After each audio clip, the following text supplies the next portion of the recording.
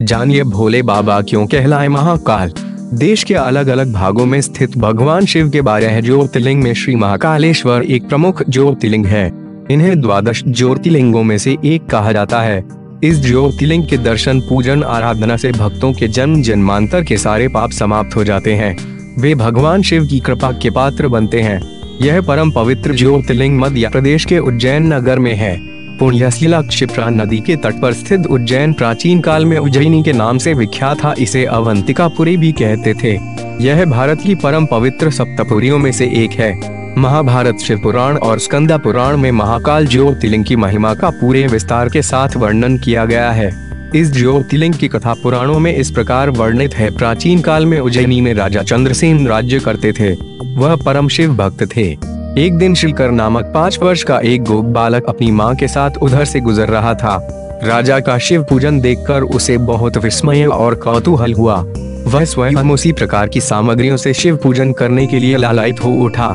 सामग्री का साधन न जुट पाने पर लौटते समय उसने रास्ते से एक पत्थर का टुकड़ा उठा लिया।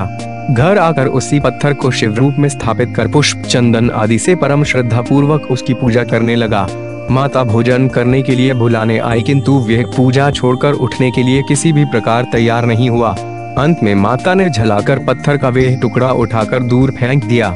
इससे दुखी होकर वह बालक जोर जोर से भगवान शिव को पुकारता हुआ रोने लगा और अंततः रोते रोते बेहोश होकर वहीं गिर पड़ा।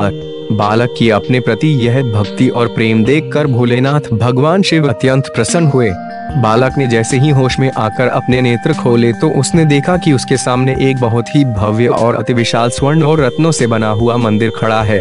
उस मंदिर के अंदर एक बहुत ही प्रकाशपूर्ण भास्वर तेजस्वी ज्योतिर्लिंग खड़ा है। बच्चा प्रसन्नता और आनंद से विभोर होकर भगवान शिव की स्तुति करने लगा। माता को जब यह समाचार मिला तब दौड़कर उसने अपने प्यारे लाल को गले से लगा लिया। पीछे राजा चंद्रसेन ने भी वहां पहुंचकर उस बच्चे की भक्ति और सिद्धि की बड़ी सराहना की।